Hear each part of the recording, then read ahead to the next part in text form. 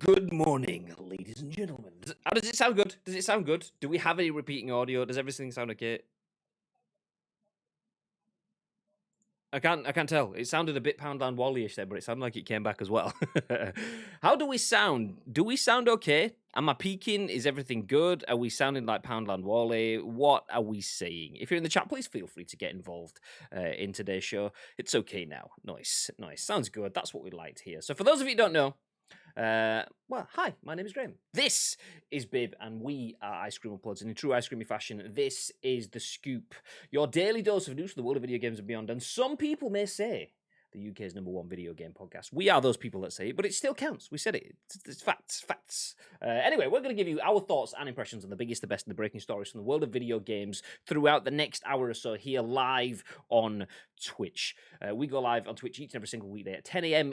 ish on twitch.tv/Ice Cream Uploads. And as I mentioned, we give you our thoughts and impressions, but the key thing we want is your thoughts and impressions on our thoughts and impressions. And it's important that if you are live with us here right now, that you do get involved this morning, because we are live, but we turn this into an on-demand podcast, a video on YouTube and an audio podcast on iTunes, Spotify, SoundCloud, and Google Play. So if you are with us here live on Twitch, please feel free to get involved in the chat on behalf of everyone watching and listening on demand later on. Nice. Before we do start, first things first, Elgato, which I did say yesterday. We've set up our Elgato products, and today I've potentially fixed it ish. Maybe we will see. Fixed it for now until something else goes wrong. But yes, we are now coming at you live on the Wave 3 mics provided by the lovely people at !Elgato. Chatbot should be alive, hopefully. Nice. As well as that !Loot drop. We've had quite a lot of subscribers over the last few days. If you are a subscriber, make sure that you were in our Discord, and not only that you've joined the Discord, but you've linked your Twitch and Discord accounts. If you do that, our Discord can see that you're a subscriber, and you could enter. That enters you into the loot drop where you could win a prize every month. One person gets a prize every month just for being a sub. So nice. Make sure you do it. Anyway, Bib, I'll read. Hey. Pirate says, did it not sound good before? Yeah, I'm just in my headset, just tweaking. It's not quite right. I was like faffing yesterday, so I loosened up my headset to put it around my neck while I was sorting wires and shit out, and now it's just I'm moving my head and it's like wobbling and falling off my head. But we're good now. Pirate says, did it not sound good before? I mean, it might have done to you guys. I just quickly loaded up the stream preview on my end and quickly turned it off, and it sounded a bit like, but I think it's fine. I think we're good. Everything seems like it's okay. Maybe it was just at my end. Nice. Jumping back through the chat. Shout out to Gagad. Hey, speaking of the !Loot drop, there's a previous winner. Nice. How are you getting on in Cyberpunk? Have you played it much recently, or are you still just sitting on that one for now? But anyway, good morning. Shout out to Pirate. Mr. Garlic Clark says, morning, lads. It's okay now. Nice. Lake, good morning. Lake, they're using one of our exclusive subscriber remotes. So not only if you're a sub can you edit the loot drop, but you also get access to the official Ice Cream Uploads emotes. And that one has a specific sound effect. It sounds a little bit like this. Woo! Okay. There we go. That's much better. Chucky, there he is. Morning, chaps. First time in a while I've managed to catch this live. Well, thank you for being here, Chucky. Good morning. Good to see you in. It has been a while. I mean, it's fine. We take it personally. Extremely take it personally. So, but whatever. Don't even care, mate. Mm-hmm. Yes. Okay, maybe they can now. What did that exclusive emote sound like, babe? Well, apparently it sounded like hello, or just not at all, but it's hello. There we go. He's back now. Okay, see, that's the issue with the new software is it requires me to press an extra button. So it does work. That was human error that time. But we're here anyway. Gary Clark says, it started off a bit Poundland Wally and then it sorted itself out. Shout out to Streamlabs for being so reliable, eh? Hey. And then there we go, Pirate using his mod sword of choice to drop in !Loot drop, !Elgato in the chat. Feel free to click and read and do all the things to your heart's content. Lake says, PlayStation 5 Digital sold yesterday fast here, and tomorrow it's Discs PS5 turn, so I'll do whatever I can to buy one. I love that the PS5 will start to sell at 10 a.m. here. Ish. I mean, obviously, we'll give you a pass tomorrow. You don't have to be here live at 10 a.m. You can just make sure you're sorting Get the bag. To be fair, if it goes on sale at 10 a.m., by the time we start at 10 a.m. ish, it'll have sold out anyway. So it's fine. You can still get here. So you'll be good. Bib's audio isn't coming through. You can hear it, but it's super, super low. Yeah, the reason you could hear it is because it was coming through my headset. So you were hearing my audio monitoring. So Bibby's actual audio was turned off, but he's there. My Wednesday would be shit if I can't hear the subtle tones of Bibby's accent. I mean, my everyday I have to hear it, so it's a bit different. It's a bit different. Blessed. Hashtag blessed. Exactly, Brad. Exactly. Anyway, speaking of hashtag blessed and PS5s, thank you very much for the pre-show chat this morning, boys. We have a lot of conversation around not just PS5 but PlayStation in general. This wasn't intended to be a PS-themed show, but it's kind of going that way as we jump into our first bit of news for the day. So this one, as you can see on your screens now, is oh shit, no, fuck, that's the wrong tab. How do I can't close it down. It's just stuck there. We're just gonna have to stare at this picture of Gary Clark dressed as Woody from Toy Story for fucking ages. Okay, there he's gone. There we go. Oh no, what's the chances? Are you muted or something, Bib? I can't hear you at all. Bibby! Oh, there we go. Muted. I could hear you again now. I couldn't before. Were you muted? No, I was just pissing myself. I don't know how that got there at all. Let me just see if it's still there. Oh, there it is. He's still there. Oh, no. It's his face. He looks so happy to be there. Shout out to Mr. at Gary Clark on Twitter, aka Gary Clark in the chat, aka ! Garlic Clark in the chat, for posting a picture of himself as the final boss without downloading any other pics, and that's the one he went for. GG, Mr. Clark. That picture is class. Love it. Yeah, amazing. Bibby shared it this morning, and he was like, "We have to share that." So I was like, "That's what I'm going to start the show off with." If you are listening on demand, then do yourself a favor. Check out Gary Clark on Twitter and scroll back and find his Woody pictures. There you go. Easy tiger. So yes. Anyway, calm down. Let's get back in the room as we jump into our first news of the day. This is by Andy Robinson at VGC, and he says PlayStation is bringing a whole slate of games to PC, including Days Gone. Jim Ryan says further posts are a fairly straightforward decision for us to make. PlayStation will bring a whole slate of games to PC, starting with a Days Gone port this spring. That's according to a new GQ interview with Sony Interactive Entertainment CEO Jim Ryan, in which he states that the opportunity to bring PlayStation's IPs to a wider audience, as well as an easier port process, means that making more games for PC is now a fairly straightforward decision. Asked why Sony Interactive Entertainment is now, I'm guessing that should be, is now embracing PC, whereas before it was hesitant to bring its games to the platform, Ryan said, "I think a few things changed. We find ourselves now in early 2021 with our development studios and the games they make in better shape than they've ever been before. Particularly from the latter half of the PS4 cycle, our studios made some wonderful, great games. There's an opportunity to expose those great games to a wider audience and recognize the economics of game development, which are not always straightforward. The cost of making games goes up with each cycle as the caliber of each IP has improved. Also, our ease of making it available to non-console owners has grown, so it's a fairly straightforward decision for us to make. PlayStation had a strong start with its first modern PC release, with Horizon Zero Dawn selling 716,000 copies digitally during its August release month, according to Nielsen's Super Data. Reflecting on Horizon's PC reception, Jim Ryan told GQ he'd looked at not just the response from PC players, but also the existing PlayStation community, who he claimed had not reacted unfavorably to the release. Quote, "We assessed the exercise in two ways. Firstly, in terms of the straightforward success of the activity of publishing the game on PC, people liked it and they bought it," he said. "We also looked at it through the lens of what the PlayStation community thought about it. There was no massive adverse reaction to it, so we will continue to take mission steps in this direction."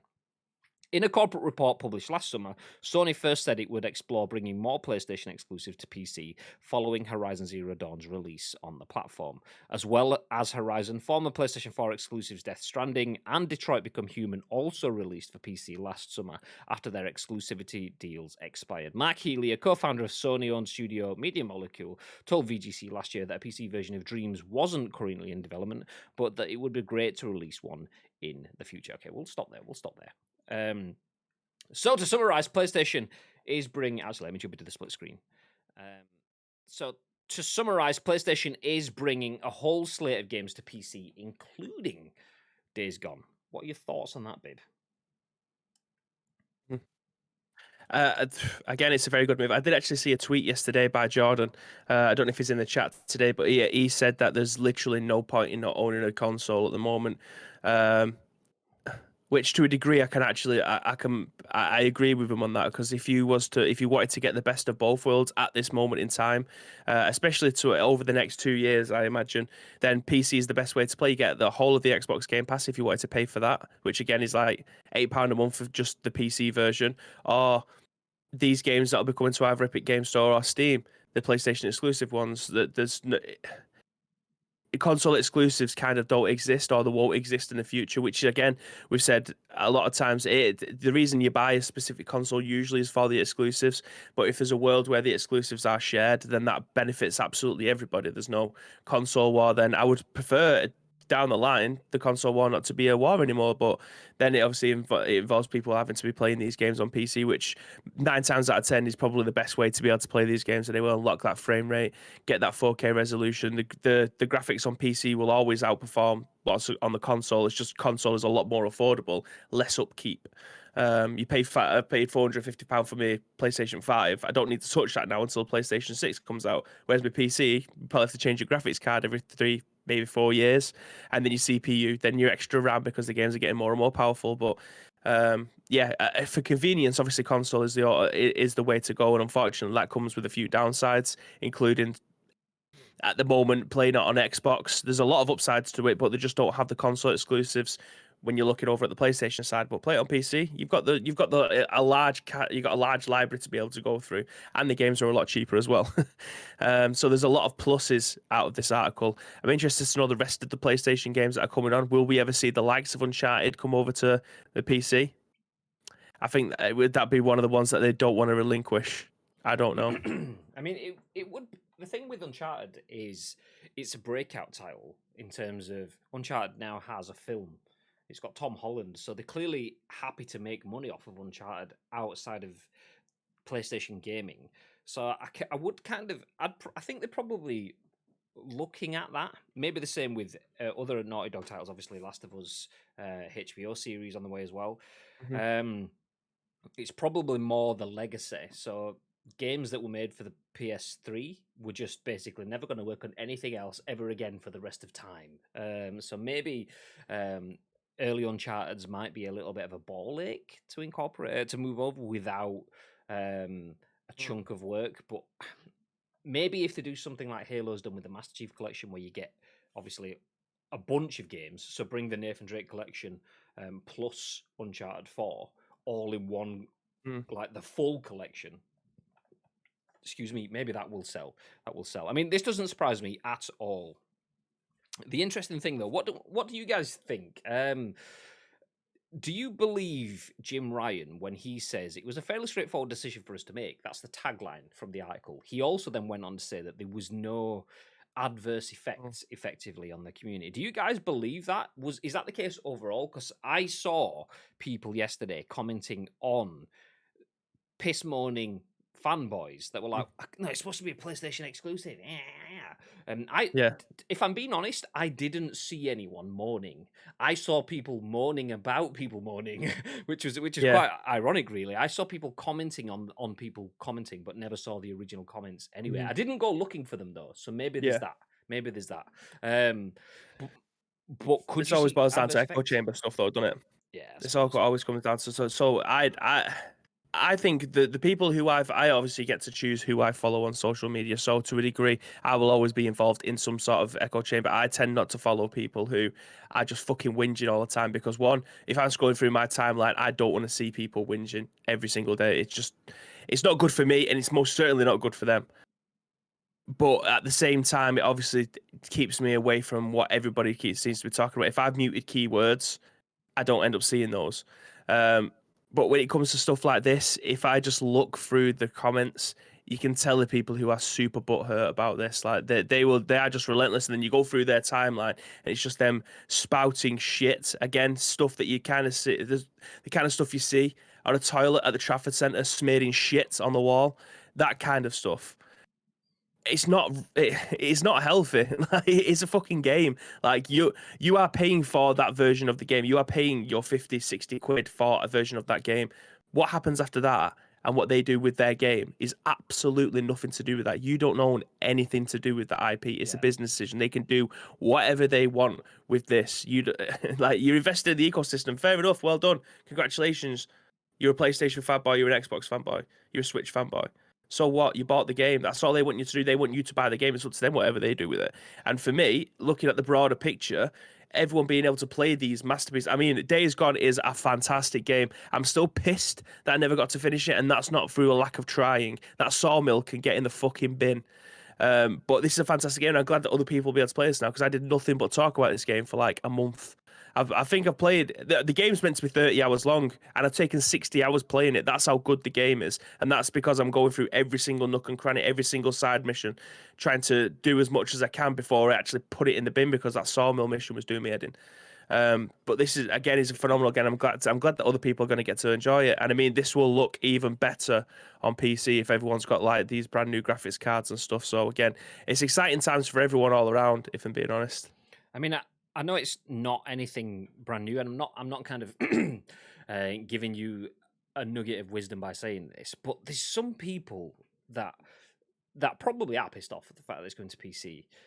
But like Bibby said, you've got your game, you've played the game. What does it matter if the game becomes accessible to someone else? That Mhm. coming out on PC does not hamper your enjoyment. It doesn't stop No. you from being able to put it back into your console. Doesn't stop you from being able to It's another finish it. person to talk about it. Yeah, exactly. It's so bizarre that people Hmm. have that sort of mindset. No, I bought it for my console, and it coming out somewhere else devalues my console. It does not at Yeah. all. If anything, it puts more money into PlayStation's pockets. So Yeah. therefore, they've got a little bit more cash to spend the next time they're making a game. Maybe they make a game that they start to have crossplay for more platforms in mind, which gives you more players to play against. I know there's potential issues Yeah. that open up when it comes to playing PC console, but that's not the point. The point Mm.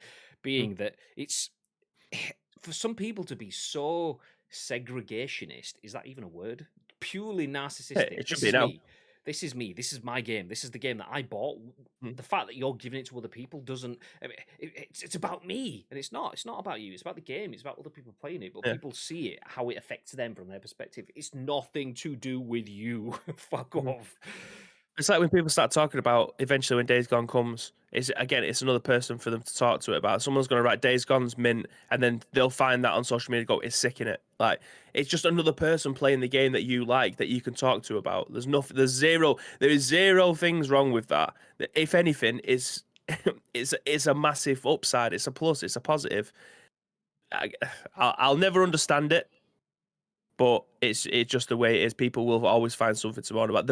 Even if the world was completely fine and everything, there was no negatives in the world whatsoever, someone would find something to moan about, whether or not it's the weather, whether or not it's a cracked flag in the back garden, whether or Speaking of not it's the which, fact it's a that bit shit outside there, and I've probably got a crack flag in the back garden as well. So.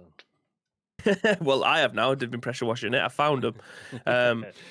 But yeah, there's always negatives. But for me, this story is one massive positive, regardless of whatever side of the console was, or if because quite a few of my mates are just PC players. They don't play on console. They don't even have them. So the fact that they're now getting to experience all of these different games, whether or not it's again via Games Pass or whatever medium these PlayStation games come through, Steam, Epic Games, GOG, whatever, everyone's getting to experience these games at some point, and it's something that we've been saying about the console wars for a long time. I don't think it's going to be a thing in the next two console generations. That could be 10 years. I don't know, But I think there's going to be a universal platform at some point where it just will be a choice. Like I'm in the PlayStation ecosystem because I've got a million PlayStation titles. I don't own. I've got a load of 360 games, but I wasn't invested in the Xbox One market, so I don't have a massive library. I don't have a digital library. I've got a massive digital library on PlayStation. That is why I got one this time. Um, so yeah, it might be a favored place to play. But I do feel like the games are going to be shared across all platforms, and that is only again a massive positive. No, I agree. I agree. I'll jump back through the chat before I jump onto a comment that Asim and Gary have just shared. Gary says, I'm still shocked that people are surprised that this is happening. Xbox made so much money from having their published games on Steam. At one point, 6 of the 10 top 10 on Steam were Xbox titles. They can make money from it, and they are a business. Absolutely. Asim says, great business model. Release on PS4, PS5 first. Maximize sales and profit, therefore, there and release 6 to 12 months later on PC. Further increase sales and profits, which is great for PlayStation users because there's more financial backing, more security, more risks can be made, more investment in future titles. They essentially do what they did with Horizon and Days Gone, says Asim. Gary says, for them to put Uncharted 4 on PC now would make sense. They've made all the money from sales on the PS4, and the fact it's free now for PS owners, air quotes, obviously, because, subscription. They might as well I know try it's the PlayStation PS Plus now as well. Don't forget. yeah, so There was giving it away on PlayStation Plus, and then it's on PlayStation now as well. So, like I said, I know I just completely cut you up there. I it's fine. apologize. It's not like I was talking. It's whatever, mate. They've made all the money from the sales of the PS4. In fact, it's free now for PS owners. They might as well try and make some more money on PC as well. Exactly, and not only from the business perspective. Obviously, that's a huge part of it. The amount of money that Sony can make as a business, but bringing those experiences to new gamers, people Yeah. would actually want to spend that money to have those experiences because some people are just PC gamers. They don't have a console, so why not? Why not? So, I mean, baby, your lights are blue. Just saying. Just saying. God's sake, babe. God. Asim says there really is no adverse impact on the community. PlayStation fans get what they want. PC only players eventually get what they want. Genuinely don't see a negative impact to any party. To say, you don't need a console now, well, that is your choice. Lots of people still go out, will still go console only. Lots will still go PC only. And Gary, in response to that, says, agreed. The whole you don't need a console now isn't true at all. Well, that's what I was going to say next. The bit that I said I wanted to jump back on. So if PlayStation starts to bring its games to PC, is there more of a call for the PlayStation being irrelevant? If Xbox start bringing more Xbox Game Pass games to PC, is there start of a more of a call for consoles being irrelevant? What are your thoughts, babe? At some point, I do think so. Not at the moment. I do think that there will always be. I mean, the PC and Xbox ecosystem have been coinciding with each other. I'm going to say 3 years. It could be longer. It could be shorter. Give or take 6 months. But the fact that most Xbox games, first party ones at least, come to Games Pass straight away is a massive plus for them. So there isn't.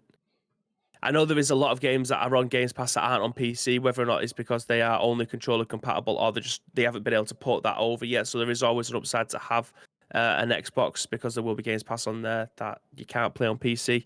But it must be a handful of games. However, the PlayStation one, if it comes to a point where they have a year's exclusivity on the PlayStation 5 or the PlayStation 4, if they're still bringing out games for that, and then eventually it comes over to the PC, it's either 12, 18, or 24 months exclusivity on the console, then over to the PC.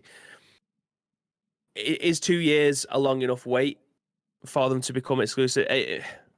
I don't know. I mean, PlayStation could do something so far left field and make PlayStation now a viable option, i.e., the price is right and the games that get put on it is a very, very, very similar model to what we have with the Xbox Game Pass. And it's an app that you can download on your PC and you can play PlayStation Now games on your PC with all the new titles that come over to there, like Xbox Game Pass does. That then I think would make the consoles irrelevant. But having a console is always an it's an easy thing to have. There's people who are hardcore that my friends. Sorry, some of my friends are that hardcore. They won't even have a console. They just play on PC. That's it. They're not asked. Eventually, they'll be able to play some games like Detroit and Horizon Zero Dawn that they never would have had the option to. But for a lot of people, for convenience, who can't be asked up keeping a PC because there's moving parts, it always seems to need an upgrade of some sort. Having a console is just an easy thing to have. Like my granddad loves playing on his consoles, but there is no way that he'd be able to play on a PC ever. Having having a console is convenient because you just turn it on, you put a disc in, and then you're good to go after 7 million downloads, patches and stuff like that. So it's very convenient and easy to have a console. So I think the consoles will always be around, and I do think that there will be exclusives in the future, but they will be timed. I do think there will be a point where the PC is a middle ground, because a lot of people have a PC and then they have a console as very much like the Switch. It's just a secondary thing. I seem to share my time on both. I play a lot of stuff on my PC and I play a lot of stuff on my PlayStation 5. I think I can find a way to split my time. I believe the you don't need a console now argument has taken another step towards people not being a console. But the only people taking that step are the people that already don't need a console. So it doesn't Yeah. change anything for me. The fact that the games, you have an exclusive period for, at the moment, 12, 18, 24 months? That's a long time. That's It is a a very long time. third That's of a a lot of patches console as well. generation. Yeah, exactly. So Mhm. there's so much time, so much exclusivity that's lost. The magic and the buzz of playing a game at launch, the magic and buzz of going to watch Avengers Endgame in that period when it's in the cinemas, being Mhm. like in that sort of like every Friday, people watching WandaVision right now. It's like you go on social media and there's shitloads of it. The Mandalorian previously, that sort of being in the moment buzz. There is a bit of that missing. So PlayStation still has an exclusive there. So you miss that by being on PC. Not only that, it will never be. I don't think it will ever get to the point where PlayStation see PC and PlayStation launch simultaneously. Maybe it will do in future with a shift in the market. But if you think of that, how that works right now, PlayStation are a hardware provider. They make a lot of money from having their own ecosystem, their own platform for people to go and play. If they get to the point where they just start throwing out games on Mhm. PC, the same size, the same scale, the same speed as they are doing on consoles, then what is the benefit of having the PlayStation? It suddenly gets to the point where, okay, rather than having an ecosystem where they have a network, they have payment and subscription platforms, and all of the rest of that stuff. If you can just get it on Steam and not pay to play it online, people will start to do that.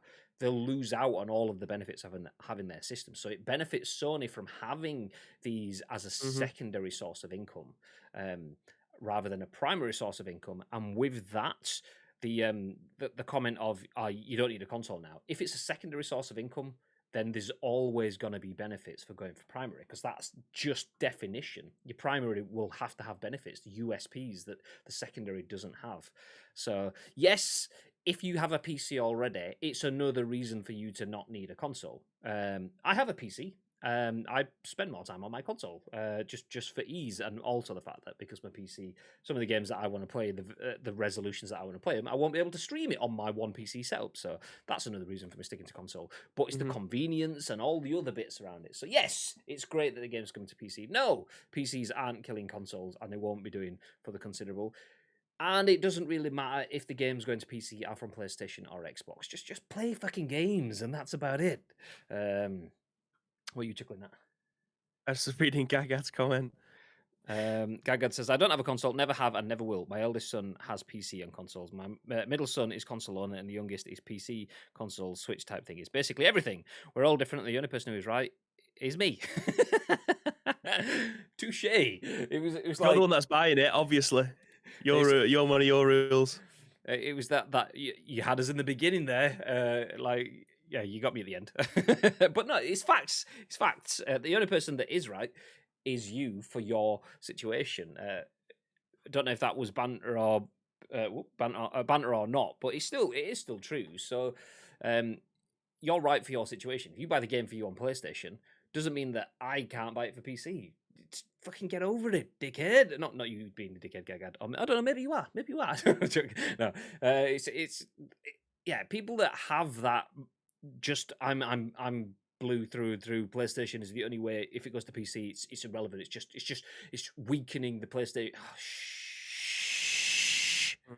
No, shh. That's it. Woosah. Just a Get out place of for here. everyone to be able to play games, isn't it? It's not a difficult thing to understand, is it? Exactly. Never fear. Jordan's here. Missed the beginning. This vaccine is kicking my ass. Jordan has got a vaccine for let's just say a virus that's transmitted through certain individuals that spend time on the streets at night. That's all I'm going to say. Yeah. Obviously, that's what I'm saying. It's never mind. Fine. Moving in. Wonder if devs received more death threats like last time. Huge meltdown. Sony seen Microsoft had 6 of their games #1 in the Steam charts, so it makes sense. They sold 2 million copies of Horizon on PC, so it makes sense. They sold 716,000 copies of Horizon on PC. It says in this article. So I mean, who's right, Jordan or VGC? I don't know. There's only one way to find out. Yeah. Either way, 716, 2 million, whatever it is, it's a shit load of copies that they wouldn't have sold if they didn't come out onto PC anyway. So yeah, it is. I want to. FYI, Graham, your mic is a little quieter than usual. I did see that, to be fair. I mean, I was tinkering with Bibby's audio settings. I am peaking somewhere green to yellow on the fader scale. Let me see. Testing. Okay, that's in the reds a little bit. I might have to drop it back down a touch. I'll leave it there for now. But thank you, Luke. Cheers for that, dude. What was I saying? Oh yeah, the bit I was going to say was shout out to Gary and to Jordan, who both submitted this Days Gone news stuff yesterday. Jordan, I know, sent it in the DMs. I didn't actually look at whether he'd put it in the Discord or not, but cheers, thank you anyway. Thanks. Tito says, morning, gents. Good morning, Tito. Good morning, Bonsai. Good morning, Garlic Clark. I accidentally, on purposely, clicked the image of Gary as Woody from Toy Story when Garlic Clark showed him for chat. It was completely accidentally on purpose. So yeah, there you go. Enix says, I felt the PSVR 2 announcement was made to soften the blow of the exclusives going to PC. I don't know what announcement that is. I don't know. Let me see if that's some news that maybe it's exactly the next article. So let's jump into that whilst we're still talking, because it's kind of in the ballpark.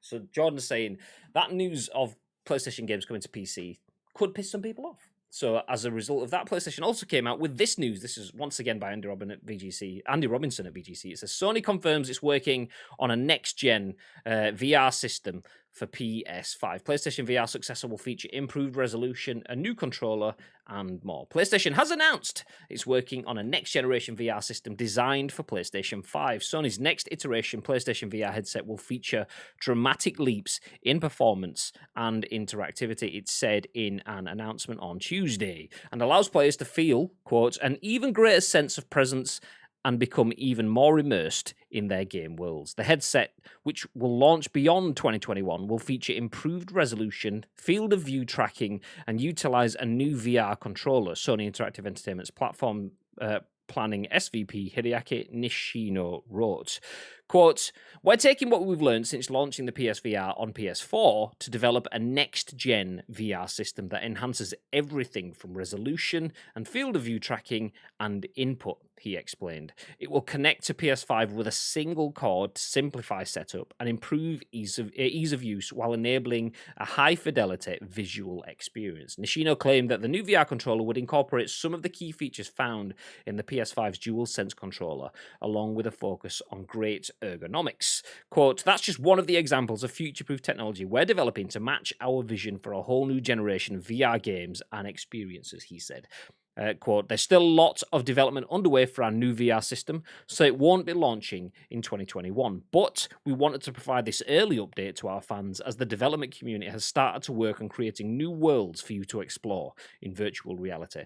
Potential details for Sony's PS5 PlayStation VR controller plans could be suggested in a patent published last year. The 2020 patent for, quote, controller device showed a device capable of tracking the user's fingers, similar to existing VR controllers from Oculus and Valve. The controller described can detect the proximity or contact of a finger and outputs a finger detection signal indicating the state of proximity or contact of the finger. In 2019, another patent suggested that Sony could be preparing to release a next-gen PlayStation VR headset. It described a device that includes 2 front cameras and 1 rear camera, as well as upgraded Sony Move controllers, which could feature a built-in camera too. Currently, the existing PSVR headset operates as a backwards-compatible device on PS5, and launch window games No Man's Sky and Hitman 3 only support VR via their PS4 versions. PS5's camera peripheral won't work with the PSVR either, and users need to request a free adapter in order to connect it. Sony said in January 2020 that PSVR sales had topped 5 million units since the headset launched in October 2016. So PSVR is not dead. Far from it. Sony confirms it is working on a next-gen VR system, which includes improved resolution, a new controller, and more. Bib, as a man that I have taken photos of with my middle finger up when you couldn't see whilst you're playing on a PSVR, what are your thoughts? I actually really, really, really enjoyed the PlayStation 4 VR. It's something that I wish I would have been able to pick up for myself. I've only ever played at arcade club or in the office, because there's a vast catalogue of games that I would have been able to. Well, I would have loved to be able to get more into. Um, I'm a little bit disappointed that this isn't going to be wireless. I thought we'd made the advancement now, be able to have that with like the Quest 2. And I think the Go didn't have wires as well. The likes of the HTC Vive and things like that, they're all obviously for PC and they get wired in and stuff. But I would hope, I would have hoped for this to not be a wired system. But if it's going to output what they want to output, so I suppose it needs the power if they want to have things. What was the resolution on the headsets for the 8. PSVR? Because it didn't look the best on a lot of games. So if it's going to be like I don't think it's going to be 4K. I think that'll be far too much. But if they're going to have 1080p in each lens, then yeah, that will obviously need the amount of power, and the PlayStation could probably offer that through the cable. So it's understandable, but it's a little bit disappointing at the same time after playing with like the Quest 2 and things. They're fantastic units, look very, very good through the lenses, and they're all wireless. So this is fantastic news for our PlayStation. Just in to itself. jump in, 960 by 1080 per Okay. eye. Yeah. So it classes it as 1080, 1080p per 1080p overall. So 960 per eye by 1080. Yeah. That surprised me a little because it definitely doesn't look like it. If it has 1080 in those lenses now, it doesn't look like it. Like playing Resident Evil 7 with those headsets, it looks okay, but it looks nothing like what it looks on my 1080p screen. So there is a difference somewhere in them lenses. It's probably the caliber of screens. I mean, they are. I'm just looking at the specs here. Once again, I say once again, just to point out, these are taken from Wikipedia, so do take it with a pinch. But 5.7-inch OLED screens. I mean, I don't have any details on the caliber of those screens because they could be 1080. 960 split across 2 is. I mean, is that 1920? I can't. Let me. It's usually 1920 by 1080, isn't it? That's the 1080p resolution or 1080 resolution. Yeah, there you go. No, it wasn't that. It was just 960 times 2 is Right. 1920. So that gives you your 1920 because you get 960 across each eye, and each eye is 1080. So it does give you the 1920 by 1080, aka 1080p. Progressive screen. It does have 90 to 120 hertz. So it technically is a 1080p resolution, but it just depends on the caliber of those lenses and if they're not decent enough quality and they don't. I mean, it says they're 90 to 120 hertz. The refresh rates on them are decent, but even still, if they're not sharp enough to be sat on your eyeball, then it could still look like you're looking at it through a piece of cling film.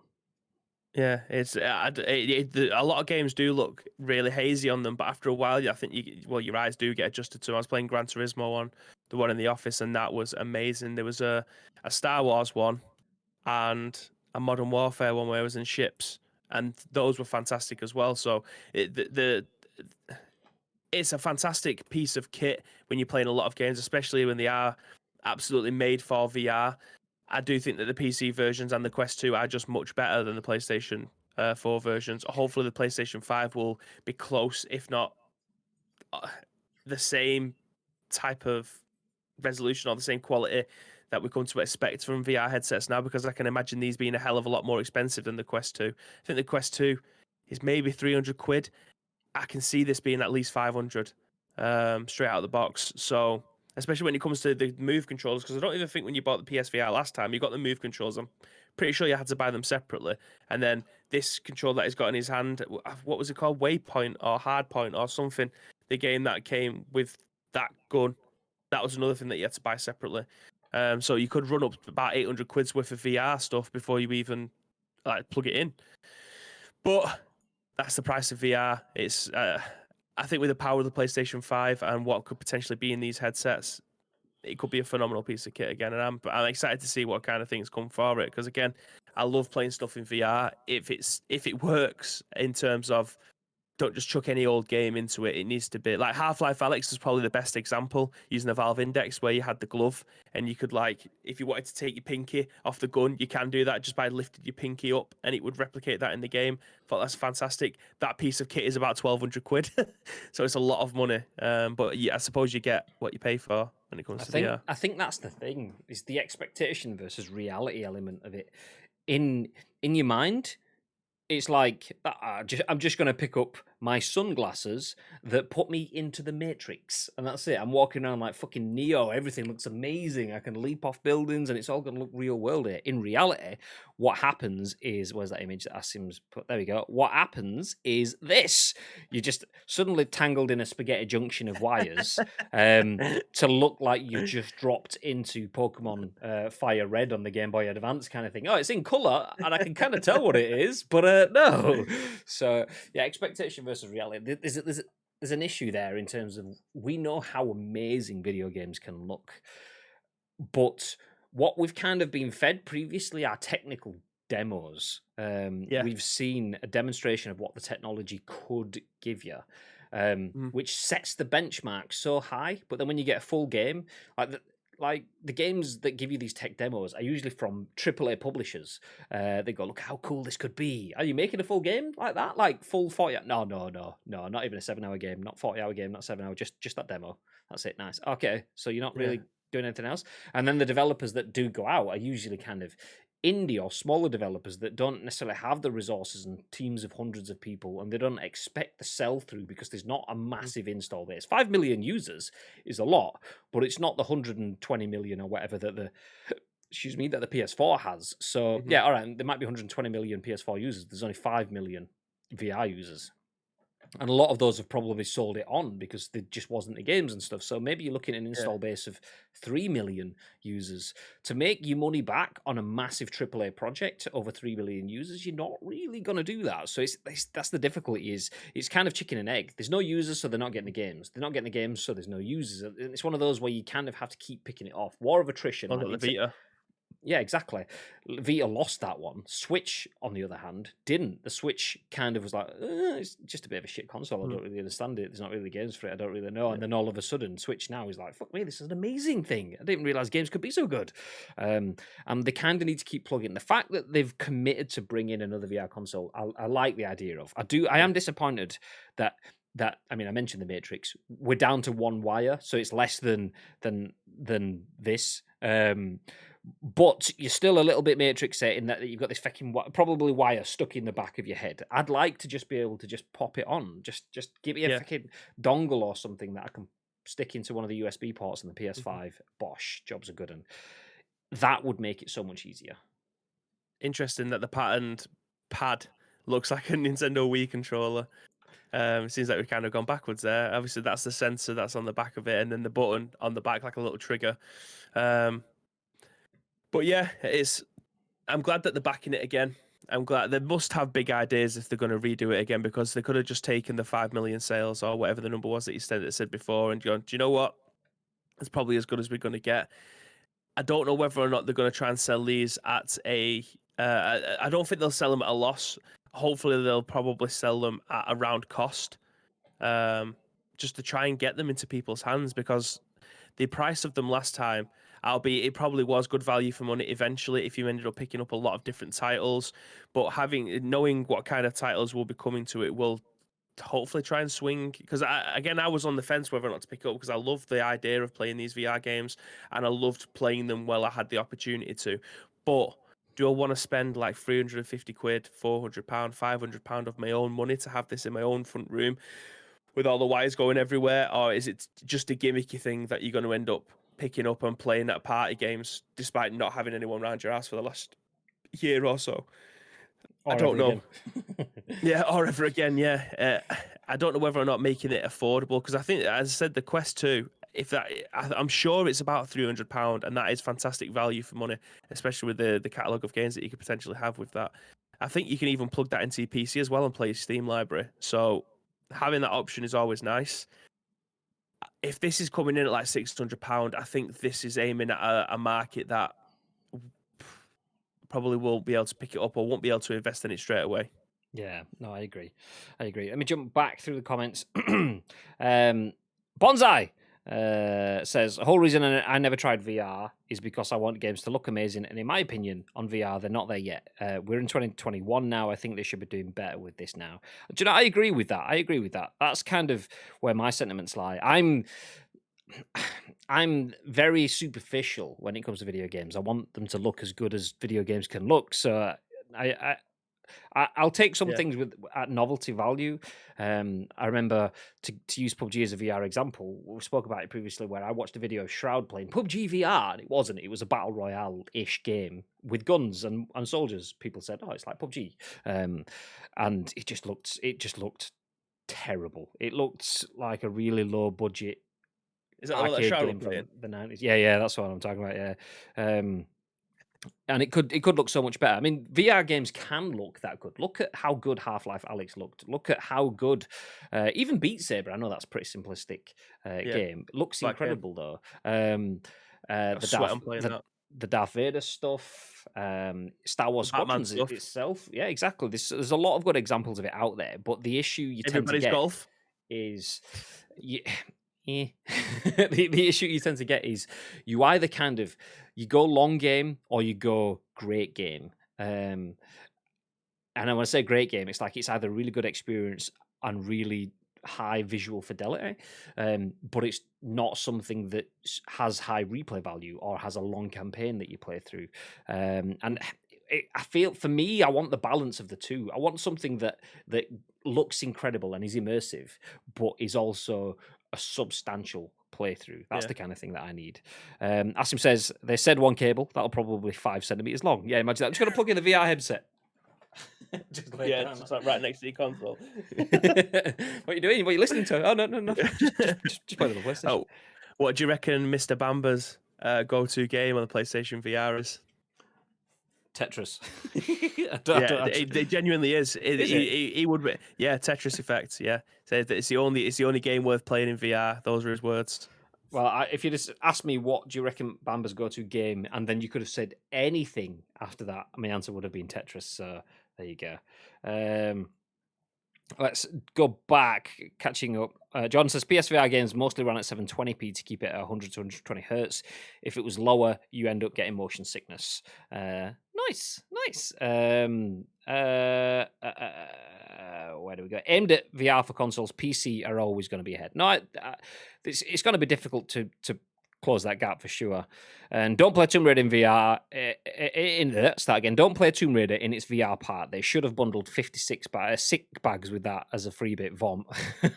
See, I've never had that before with anything that does motion tracking or anything like that. I've never felt sick before, but there's always a first time. PC games look amazing, but I've always been a console gamer and one that hopes one day we can get a console that is close to PC. But will it happen? Probably not. I mean, they do happen. It's kind of like it used to be one jump forward and then the other one jumps forward and then one jumps forward. PCs are almost always going to be ahead now because they iterate fast enough and well enough that they can keep ahead. But it's in terms of the experiences that you can have with them. PlayStation has some experiences that you don't tend to get on PC and vice versa. But I imagine PC will once again will be easier to iterate because Yeah. multiple platforms, essentially open source software. You don't have to work with PlayStation's restrictions, which is what makes it easier. Oculus included hand tracking in their products now, by the way, so you don't have to pay extra. Tito says sell a Lambo and you'll be able to afford it. No, are you mad? It's Bibby 2 Lambos. Oh, for every day of the week. Can't call him Bibby 1 Lambo. That just doesn't sound as good. Luke Pastille says Star Wars Squadrons was more than a tech demo and fully playable in VR. To be fair, smaller game, admittedly, but perfectly suited for it. No, I agree. Tech demos. It's all down to the exclusives out there. It's all down to the experience. That's what you want to feel in VR. You don't want a 2-second game. You don't want a novelty game. That needs to be the selling point. Yeah, I mean, Squadrons. I'm not bashing, by the way. When I say tech demo, I'm using that as like an all-encapsulating term. Squadrons does kind of fit what I was saying, but that said, Squadrons was it like $19.99 or something? So it was priced accordingly. So I wouldn't class Squadrons as being shit. I wouldn't class any of the tech demos as I've described them as being bad in any way, really. But it's the fact that Squadrons. I mean, it almost feels the fact that it's come in at half. Like low end / middle of the road price mark, and gives you a good experience. Not much of it. It once again, it feels like another tester for was it EA Motive or who was it that did it? I can't. Either way, whichever branch of EA did it, it almost feels like a proof of concept. Okay, we can actually make money here off this. We can actually do this. So whilst it's a great experience and priced well for it as well, it's still not that the full VR experience. It feels like another dipping the toe, which that's perfectly fine and makes sense from them from a business perspective. That's exactly what you'd expect them to do. But for me as a consumer, there's been a lot of toe dipping. I want to see the full fledged thing. So I wouldn't buy PSVR. I'd use the one we have in the office, but I wouldn't buy my own until we have multiple Star Wars Squadrons or one Star Wars Squadron that's committed to live service or something along those lines. At the moment, we're missing that something that that goes beyond that. Yeah, I mean, we've had a lot of AAA games try and make VR versions of their game. So, like Skyrim had one. I never played it. It looked okay. It looked like it worked quite a bit. That's one copy of Skyrim that I never picked up. And then we had things like Blood and Truth that came out, which reviewed very, very well. It looked awesome. Obviously, Iron Man came out. I'm just looking at the other games, like Beat Saber, fantastic game. Astro Bot, now I've played it on PlayStation 5. I would love to be able to go back and play that in VR. I think that would be pretty cool. And then you have smaller games, again, like I mentioned, Iron Man, Batman, Russia Blood Until Dawn. There was one that the Borderlands VR came out, and I didn't think that looked great. I don't think that worked. I think the game's too fast and frantic. It feels like it's a Borderlands game with VR tacked onto it. I don't think it worked, especially in Borderlands 2. Fantastic game, one of my favorites. It just didn't look right. So again, it's not as if they haven't tried. I think it's just trying to find the games that work for it well. Trying to find. I don't even know. You have to make them from the ground up rather than games that have just tacked it on. Like Resident Evil, it worked because it's like a fucking corridor survival horror game. It's very small areas, taking it very, very slow. I think that kind of worked to bring you into the immersion. But I think having games like Everybody's Golf in VR, that worked because you're using the Move controller as a golf club, like I'm using my on Fee Golf. And Mario Golf, when that eventually comes out, using the controller as your golf club, that works because it's been built from the ground up to work. I do hope that we get more VR stuff rather than just these little party games, shall we say? Like the Firewall, was it Firewall? That they look like Rainbow Six Siege, where it's 5v5. Firewall 0 hour, something like that. Yeah, that worked. I think that was pretty cool. Again, if you could get like a PUBG, that would probably work as well because it's a little bit of a slower game. So Iron Man, I admittedly haven't played Iron Man VR, and I want to play Iron Man VR because I've been told good things about it, but I've also been told limited things about it. So this is a person that's just turned around to grab this. I'm the kind of person that will buy. It's actually a present for me, but I'm the kind of person that gets Iron Man merch. I've got a fucking helmet sat here, so I'm clearly the person that should be playing Iron Man VR. But from what I've seen of the Iron Man VR stuff, it's a really good VR experience. But that's it in itself. It's a good VR experience. You get to fly around and stuff like that. but that doesn't last forever. It's the same as driving a car. Oh, this is exciting, and then it's just driving. It's the same as other things that just become part of doing other things. So Iron Man VR, being able to fly around, fire your blasters and repulsor bits like that. Once again, haven't played it, so you could take my take on this with a pinch.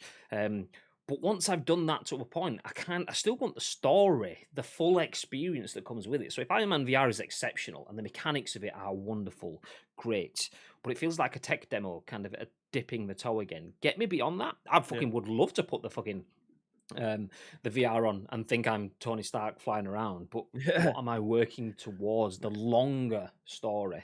That's kind of what I still feel is missing for me. Well, I got to play Arizona Sunshine, which I've always wanted to play in the office. Lee came down, bought it, and then he ended up playing it, and it was fantastic. I absolutely love that.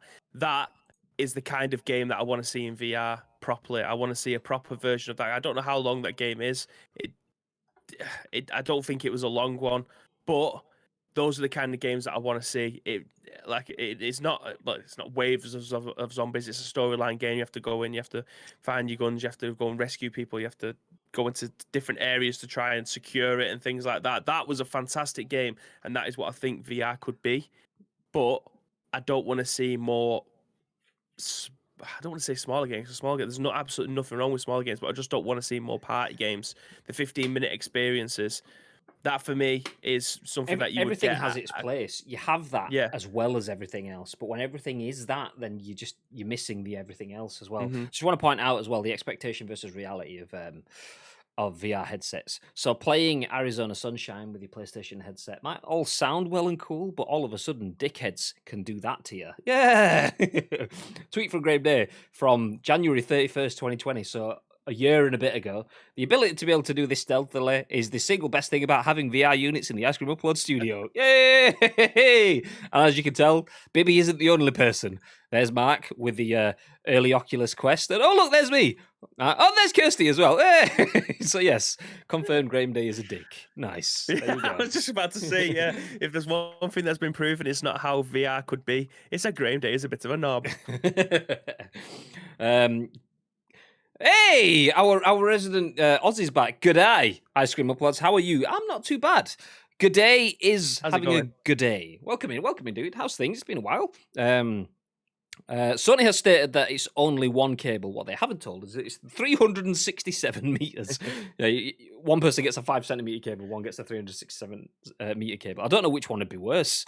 I mean, it's got to be the 5 centimeters, but still having that ream of cableage. Nope. Mr. Bearded Edge says, good morning all. I'll rate. Quest 2 has the standard set, most mainstream VR on the market. Now, my favourite VR experience still remains Batman Arkham VR, says Asim. Nothing apart from Half-Life Alyx has interested me too much since. Maybe Astrobot. Outward, tactical VR shooter. What? Outward? Wasn't that not Onward? Are you thinking of Onward? Because if you are, Onward wasn't a tactical shooter. Onward was VR though. I'm going to Google Outward. I don't know what Outward is. Outward VR. Onward, yeah, I thought so. The reason I know that is because Jelly Media have done some work on Onward. There we go. So there you go. Pow. Just humble brag. Onward, Pavlov, Counter-Strike VR, Beat Saber, Synth Riders, VR Chat, Climbers. There is tons of amazing experiences. There is. Don't get me wrong. There is loads of good bits out there. I just feel like it's not a bad thing. It's evolution. More and more good bits add to the pot. For me, as a fully committed user, okay, I'm not ready to fully commit because there's a lot of good bits there, but there's not a lot there. So as soon as we get some big story games with it, as well as the flying around in a VR headset, as well as the going out and doing some quick shooty stuff, then at that point, I'm good. Give me that stuff, but with level design that looks as good as running around inside The Last of Us. Give me something that not only scares the shit out of me because it's jump scary stuff, but because it looks fucking real. Me hiding under a desk in a room, knowing that I've got to get to the end bit, but thinking, nope, this is too real. I'm just going to live under the fucking desk now. This is me for the rest of my life. Yes, that stuff. I mean, I'm not trying to be critical of VR. I'm very, very much on board for VR. You can see we've got VR headsets that we're tinkering with. I'm impatient. That's what it is. That's what it is, really. I'm impatient. I want it to be further along than it is. In fairness to the brand, not the brand, the genre, do you call it? The industry? Is VR an industry on its own? Whatever we classify it as. Yeah. It's rolling along and it is evolving. I'm just impatient and want it to be what I want it to be now, and it's not there yet. So I need to temper my expectations, and it still needs to evolve. And then eventually we'll get to a point where we'll meet in the middle, and jobs are good. And I think that's the same with a lot of other people as well. That's the reason why they've sold 5 million units and not 50 million units. That a lot of other people need their expectations to either drop or the quality to come up to meet them across the board, that more people will jump in. Asim says, I think the software, as in the games, needs to be tailored and unique to get the best out of the hardware rather than Time Crisis rip-offs in various different scenarios. Exactly. I mean, does anyone remember, like, 3D films coming to the cinemas? And it was, do we make some really good 3D experiences? Or do we just cut someone's head off so that blood splurts towards the screen? Let's do that one. So you watch the exact same film and it's just, oh, that nearly hit me in the face, and that's it. That's it. Game over. Done. Nothing else. And that's kind of what a lot of VR elements is. It's like, it's the same stuff, but kind of different. And it's not tailored towards, like you say, being unique for that situation, that hardware, giving you something different. PSVR, these fucking cables, says Gary. To be fair, a lot of games on PSVR had potential, but you was always reminded that you were in VR. You never felt a part of the experience. The camera was so temperamental, saying you are out of view of the camera, etc. PSVR is absolute miles ahead with the inside-out tracking. You stay immersed. I'm confused. PSVR had potential and is ahead. But how do you mean? I mean, in terms of that, you're out of view of the camera. I mean, that was the issue that we had playing Arizona Sunshine in the studio. There was a bit where I was watching and sticking my finger up at Bibby because he couldn't see, obviously, as we've shown you on screen already. I was watching Bibby trying to cross a bridge or something, and it was meant to be like a bottleneck corridor-ish sort of bridge that you go over, and you've got to get through a metal gate, and there's zombies coming at the front, some from the back, and Bibby's turning around trying to pop him in the head, but Bibby spins around with his pistol out, full on sideways pistol, because he's gangster and that. And the game was like, nope, you're out of the tracking area. It's for fuck's sake. He's literally stood exactly where he was a second ago. So yeah. That stuff as well needs ironing out. Anyway, Reese, really imposter check. I'm sitting up. Don't worry. Thanks, mate. Good morning. Almost good afternoon. Yo, I love watching you, says Reese. Welcome in, dude. We love having you here. Hey. You can't compare a PSVR to say a HTC Vive or Vive, whatever it's called. Vive has a lot more power on the PC to work with. PSVR is much more restrictive in its hardware and what can be done on it. PSVR is basically a restricted VR experience. PSVR or PC VR isn't so.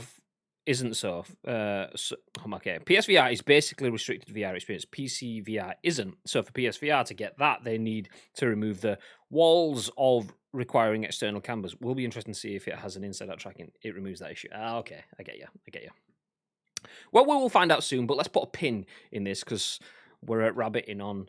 Just before we do though, there's me sticking my finger up at Pivy once again, just in case you hadn't seen that before. So there you go. Nice. Let's move ahead. We've spoken about Sony for two things now, so let's move on to something different. Oh, I've managed to inspect the source of that page. That's not what I intended to do. Nice. Bob, how do I don't have a Chrome source on my Stream Deck. Oh, that's interesting. Okay, well, let's open up Chrome. So yeah, we've spoken about Sony twice. Let's speak about Sony. Nice. Gran Turismo 7 gets pushed back to 2022. False start. This is written by Martin Robinson at Eurogamer. PlayStation 5 exclusive Gran Turismo 7 has been pushed back to 2022 with the global pandemic impacting its development as it misses its original 2021 target. The news came as part of a GQ interview with Jim Ryan, which we've already touched on, where more details were also shared on the next generation of PlayStation VR, which we've just spoken about, another candidate for release in 2022, and a likely target for Gran Turismo 7 when it comes out. Quote, GT7 has been impacted by COVID-related production challenges and therefore will shift from 2021 2021 to 2022, Sony said in a short official statement. With the ongoing pandemic, it's a dynamic and changing situation, and some critical aspects of game production have been slowed over the past several months. We'll share more specifics on GT7's release date when available. Let me hit play on the trailer.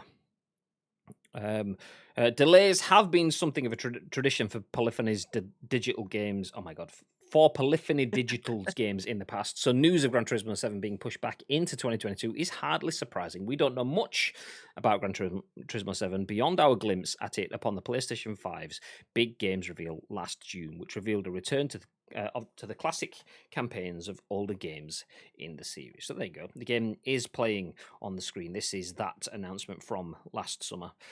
But that's all you're going to be getting for a while. It's not coming out until 2022. What are your thoughts on that, babe?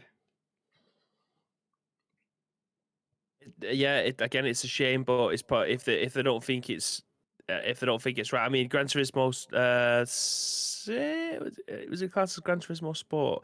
It's the latest one that came, well, the latest one that we've got.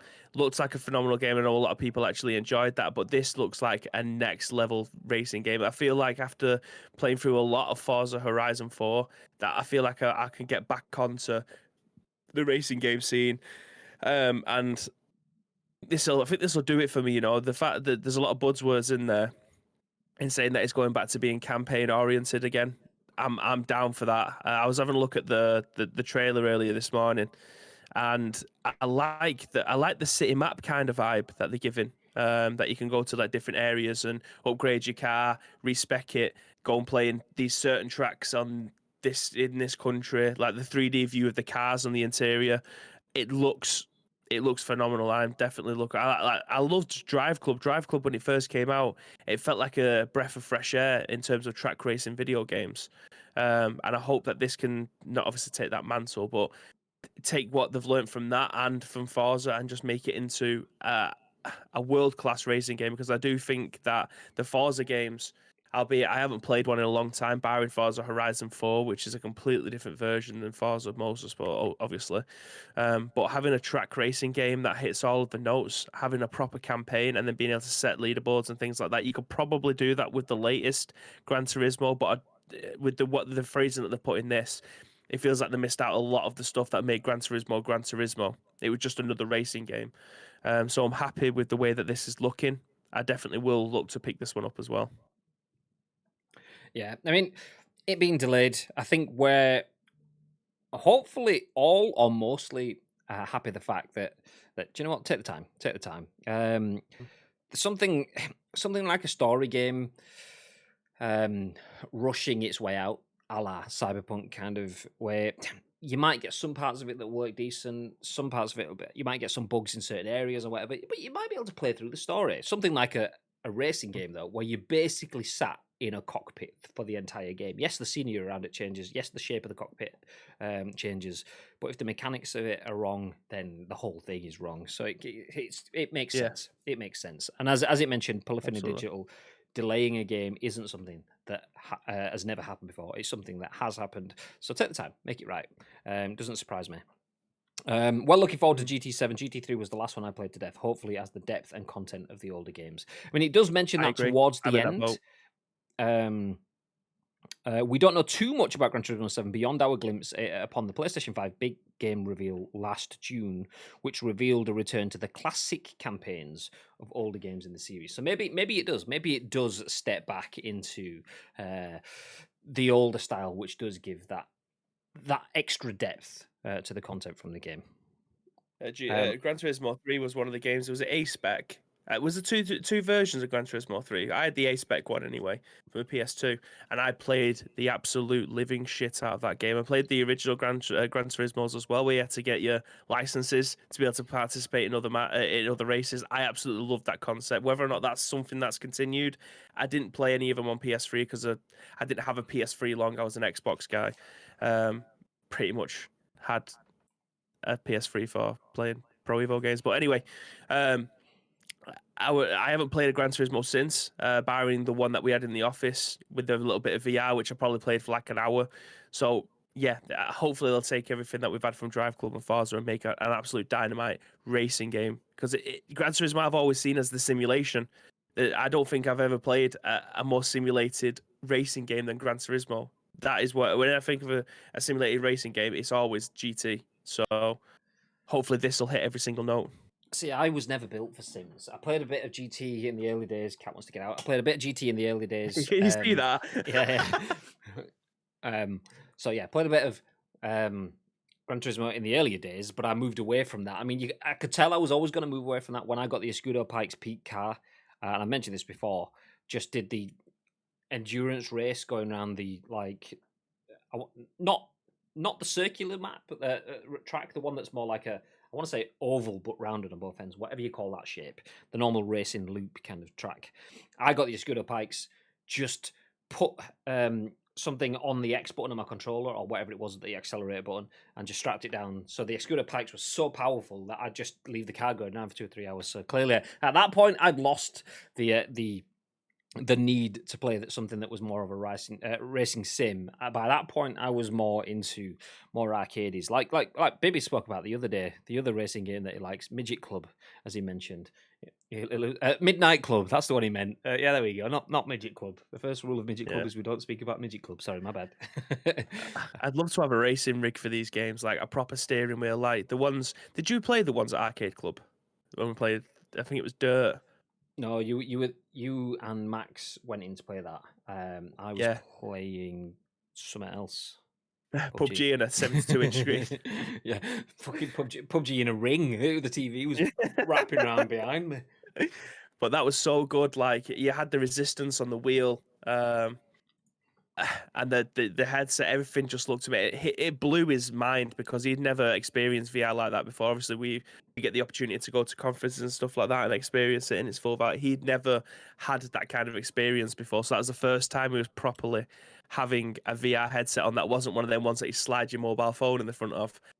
So it blew his mind how good that was. I mean, he couldn't drive, like he was trying to change gears and stuff like that. He had no idea what he was doing, but he picked it up after a couple of races. But that's the kind of thing that I want in a rig. The steering wheel, proper resistance on them as well. If you start going off into the mud or off the track, it's a little bit more difficult to get back on again because of the resistance in the tires and that. That's the kind of experience I want. Whether or not they can replicate that on a pad without a VR headset, interesting. Gary says, I used to love GT, but those games are so stale now compared to Forza. The AI on GT is embarrassingly bad.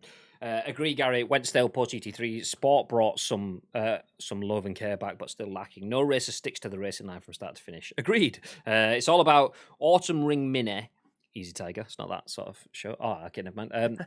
Or Laguna Seca on GT games. And Nick says Assetto Corsa is the best sim on the market. Games on another level. I've heard that from quite a few sources actually. I've never played it, I've heard and that. I know a few people that have played. Few people, not a few. I know a few people that have played Assetto Corsa, but the ones that have said that it's exceptional. Asim saying that with some feeder or the cardigans playing as you race around your 4GT. Oh, feeder. Just the day. Yeah, just the day blaring out. Oh, yes. Amazing. I put Crudges. Class. Okay, we'll put a pin in that. Gran Turismo has been delayed. One thing that hasn't been delayed, though, I'm just going to throw this in as well, is this, speaking about PlayStation, where is my Chrome source? There it is. So this is a tweet from PlayStation UK last night at 10:01 p.m. Last night, PlayStation tweeted, State of Play returns this Thursday. So tuning live at 10 p.m. GMT to see updates and deep dives for games coming to PS4 and PS5. So as you can see in the asset on the screen there, State of Play will be happening today. Tomorrow. It's Wednesday today. Thursday, February 25th, 10... when did that tweet go out? 10 p.m. last night. I completely missed that, and I didn't see it this morning. Well, to be fair, a lot of the people give us the news articles today, which I very much appreciate, but I didn't even know that this was happening. This is news to me. I'm getting news on the news show. This is great. Well, I saw it last night, and it's obviously it's not really news as such in itself. The news will come from that. So just a reminder that this will be happening 10 p.m. tomorrow night. So if you are up and wanting something to watch, 10 p.m. tomorrow night, State of Play live. I'm assuming Twitch and all the other usual places that you would see a PlayStation broadcast. So there you go. Okay, one final bit of news then before we do disappear. Is this And it's on screen. There we go. Tom Phillips at Eurogamer says Tony Hawk's Pro Skater 1 and 2 has a convoluted $10 upgrade for PS5, Xbox Series S and X. Flip the bird. Hey. Just want to point out that noise, that hold noise, was a legitimate noise for when you can't find your Chrome source. So there you go. Anyway, Activision has now confirmed. Activision has now confirmed the previously teased Nintendo Switch edition of Tony Hawk's Pro Skater 1 and 2, as well as new versions of the game for the PS5 and Xbox Series S and X, which launch on the 26th of March. The publisher has said these new PlayStation and Xbox versions will offer of, quote, a variety of upgrades such as super crisp 120 FPS at 1080p, native 4K at 60 FPS, spatial audio, and more. They're also not free. You'll pay a $10 upgrade fee to unlock a cross-gen deluxe bundle unless you own the game's digital deluxe version currently. Oh, and you can't upgrade any disc copy on Xbox, even if you want to pay, only on PlayStation. And okay, start off a console war. Go on, fight. Okay, anyway, owners of the standard digital edition on either PS4 or Xbox One, plus owners of either the standard or collector's edition on disc on PS4, will need to purchase the $10 cross-gen deluxe bundle from their console store to unlock the game's new version upon its release. There's no explanation for why Xbox owners can't upgrade their disc copies, or why Activision has chosen not to support Microsoft's smart delivery to manage all of this. There's no apparent way of just buying a PS5 or Xbox Series X and S digital copy of the game either. The options listed by Activision are the cross-gen deluxe bundle edition, my God, which packs in both last-gen and current-gen versions, and a handful of digital deluxe edition in-game extras, or a disc-based copy. On Xbox, transferring save data from digital Xbox One versions to a version for Series S and X will just work automatically. On PlayStation, there's a 10-step process for which you can follow via Activision's FAQ and Creator Park save file. Will not carry over. Wow. This is the same $10 upgrade fee or pricier cross-gen bundle approach, which Activision previously used with Call of Duty Black Ops Cold War. 2K kicked off the trend with a similar surcharge on NBA 2K21. So Tony Hawk's Pro Skater 1 and 2 has a next-gen upgrade, but it costs $10. Personally, don't have an issue with the $10 upgrade. I have more of an issue with the convoluted steps and the weird messaging around it. But what are your thoughts, babe? I've just tried Googling now to see if I could try and find a map of this, because it says that if you own the digital deluxe version, then you don't have to pay for it, which is cool. But did people know that at the time of buying it? That's what I want to try and find out, because the NBA stuff, there was clear about it, that it was just like, if you buy this version, you're going to get the PlayStation 5 version and the Xbox Series X version when it comes out for free. You don't have to buy it again. But if people knew this, that they could get the game and it was going to be a £10 thing, you'd just pay the £10 and get the digital deluxe version and get all the other stuff that comes with the digital deluxe version when you was going to buy it, surely. You wouldn't just buy the digital, you wouldn't just buy the, I don't know, the deluxe version and then have to buy the digital deluxe one, which is another $30 on top. I'd love to see a roadmap to see if that was included, because this kind of sets a precedent of you have to buy the deluxe version every single time. Well, maybe not now because the console's already out, but at the time when this came out, if you was looking forward to playing this, at its best, you would have paid the £50 and got the digital deluxe version at the time. I may be typing, but I agree. There we go. If you had the option and they told you that if you bought this version now when this game came out, then you'd be able to get the game for free. You get the upgrade for free, and it might be like at the time, a £5 difference between the standard version or the deluxe version. You'd probably pick up the deluxe version, knowing full well it'll be capable of playing it on your new gen console, rather than buying the standard version for £45 and then having to pay an extra £10 on top of it. Yeah, I mean, I didn't know that they had a cross-gen version. They may have. We don't know. We've not researched that. So if you have that knowledge, feel free to drop it in. But whether they had or they hadn't, I think the fact that there is a $10. Well, I keep saying £10. If I say £10, I mean $10. There's nothing I can see in terms of the conversion. £10 anyway. Yeah, they won't charge you like £7. It'll just be a flat £10, £10, €10 or whatever. They're not going to fluctuate the price. Which, I mean, I don't have an issue with that. I mean, obviously, I'd rather not spend £10 because I'm tight. Nice. I'd rather keep the money for myself.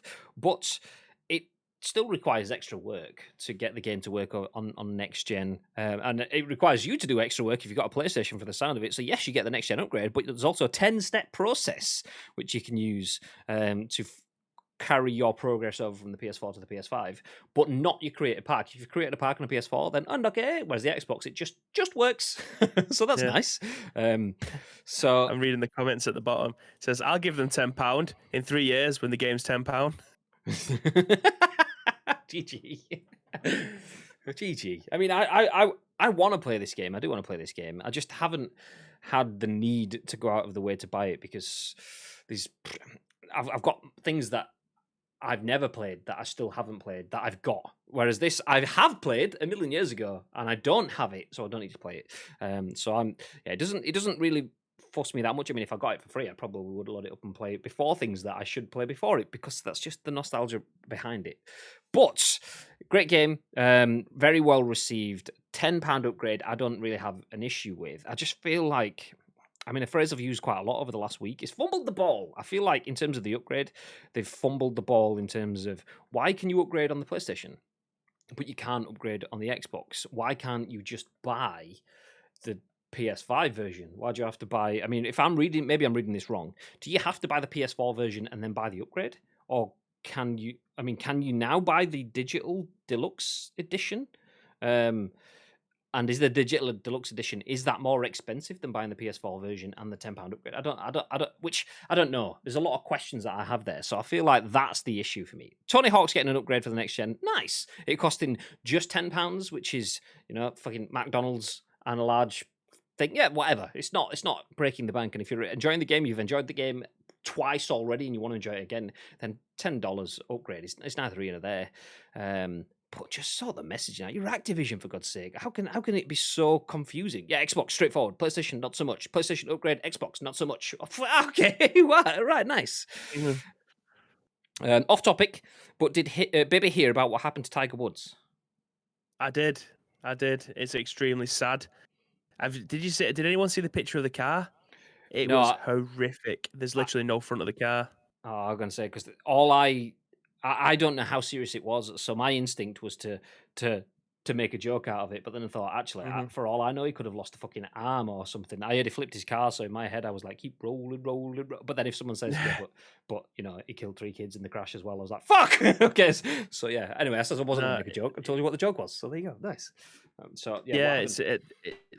Well, nobody knows. Well, I imagine the police and that know, but it's a single car accident, and I saw a picture of the car. In fact, I'm just going to send it over to you on WhatsApp because it's in my things. But yeah, it's mental what the car looks like. It literally has no front. You can't even see the engine. It's just the car on its side with nothing. It's mental. But it looks like he was in the middle of nowhere. There's always speculation and stories and stuff saying people that he was speeding and he was drunk or whatever. But I don't believe it. Well, I'm not one to talk about anything like that. Not because I've done it, but because I don't know the facts.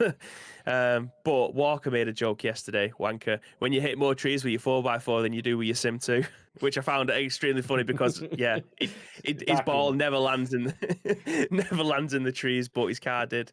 David says he's landed in a bunker. It is massively upsetting because he is literally the.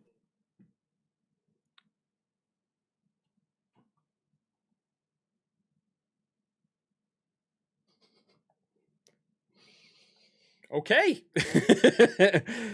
We've lost Bib. I don't know if Bibby can hear me, but we can't hear him anymore. There we go. Stuff like that. Oh. He's now back. There we go. You say something. No. Hello. Okay, there's quite a big delay. One sec. Hello. Hola, ¿qué tal? Ish. Yeah, there's a little bit of a delay, but it's not too bad. But yeah, we just kind of, you froze for like about 10 seconds ish then, just like full on gurn face. So yeah, it's good. Yeah, so anyway, I hope that everything's sound. There was rumours that he was having an operation on his legs because he had to get cut out of the car with the jaws of life. So yeah, that's never a good sign. Okay. Well, do you know what? The jokey banteriness that we've just had then was obviously based on not knowing the seriousness of it. So obviously we'll take all of the jokey banteriness with a pinch. We do obviously hope He's okay. So there you go. There you Yeah. go. I mean, I know Tiger Woods Greatest athlete of my watches this generation. all the time because he loves to see Bibby in his free golf games. So Tiger, we hope you're good. We hope He's embarrassed at my free golf game. But that, ladies and gentlemen, is the end of it. Nice. 10 p.m. Says Garrett. I hope Sony don't do a Jeff Keighley and give us a 6-hour show. Yeah, fucking 4 o'clock in the morning. And now the news you've all been waiting for. Everyone's sat there going, "Oh, this is got to be God of War Ragnarok," and it's like, Taxi Chaos 2.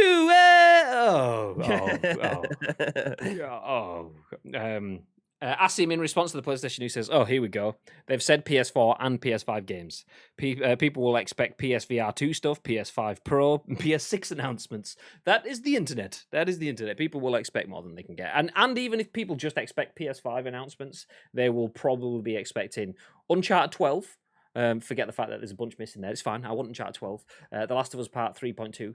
And other things. I know someone will be sat there in the chat fuming that they've not announced the new Gears of War game in the PlayStation conference as well. So this is the internet. This is the internet. But you know what? It's fine. Whatever they do announce, whatever they don't announce, we will bring you the news on Friday. Obviously, that's 10 p.m. Thursday night. The PlayStation conference takes place. We will cover that at 10 a.m.-ish on Friday morning. Bibby went into buffer modes. He did. What dig did I throw? I don't know. What did I don't what? Hitman Sniper says Christian Pulisic to leave Premier League and return to Bundesliga? Question mark. Where's that come from? Is that just a general question or is that a rumor? Interesting. Yeah, I don't know. I've not seen that. Asim says no one mentioned you or what you said. Have I missed something here? Was I too busy waffling about Tiger Woods? Was it being silenced by Twitch for my Tiger Woods joke, and that's why it cut me off? Yeah, I don't know what's happening. Nothing wrong with me saying Final Fantasy VII since they said the exclusivity is up constantly throwing digs. Okay. Have we got a fight? Oh, everyone just stop and watch. Let's stop and watch. I don't know what you mean. I don't know what's happening. Popcorn.gif. Buying to replace Coleman with Christian Pulisic. Interesting. Good signing. I don't think he's had the greatest time in the Premier League, but then again, he's still very young, and a lot of players don't necessarily have the greatest first season in the Premier League and turn out to be exceptional. So there you go. Look at me. Exactly. One season wonder. I mean, Kevin De Bruyne didn't look spectacular when he first joined the Premier League, and now look at him, fucking twat. And the same with pretty much every good player that Chelsea's bought over the last 10 years. So there you go. Mo Salah, anyone? You are? Mo Salah? Yeah, exactly. Iron Robin, another one that Chelsea bought, and I thought it looks okay. But then obviously just looked so much better after he'd left Madrid and went to Bayern. But there you go. Anyway, that's football talk. We're going to wrap things up. Thank you very much for joining us for another episode of The Scoop. We will be back with another episode tomorrow. Today, though, we're going to jump on and play some games, or at least I am. I don't know what the plans are for you, Bibs. So yeah, nice. So feel free to hang around in the channel. You will find out what we play. I'm not entirely sure what the crack is, but just linger around and you'll see. Before then, though, anything you want to add, Bib? There we go. I was waiting for that. It's like, what's going on? Anyway, if you do see any video game news knocking around the social media platform, like 3 of today's news articles was, thank you very much for Jordan, Gary, and Asim for submitting them to us. You can do the exact same thing. 2 ways that you can do that. First of all, find us on social media. It's at Ice Cream Uploads across all major social media platforms. Secondly, find us on our Discord. There's an area in there called The Scoop. All we need from you is a URL plus your thoughts and impressions. We will then give you our thoughts and impressions on the very next show, which will be what time tomorrow? It's a great day. Tomorrow will be at 10 a.m. Ish.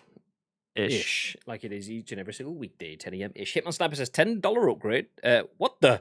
That $10 upgrade is for Tony Hawk's Pro Skater. Tony Hawk's Pro Skater is coming to PS5, Xbox Series X and S, but there's a $10 upgrade to get the upgrade on PlayStation, but not on Xbox. So yeah, there you go. Nice. That's it. Thank you very much for joining us. We are going to disappear, as mentioned. Do stick around the channel. We'll be back shortly. Until then, have yourselves a fantastic day. And remember, stay frosty.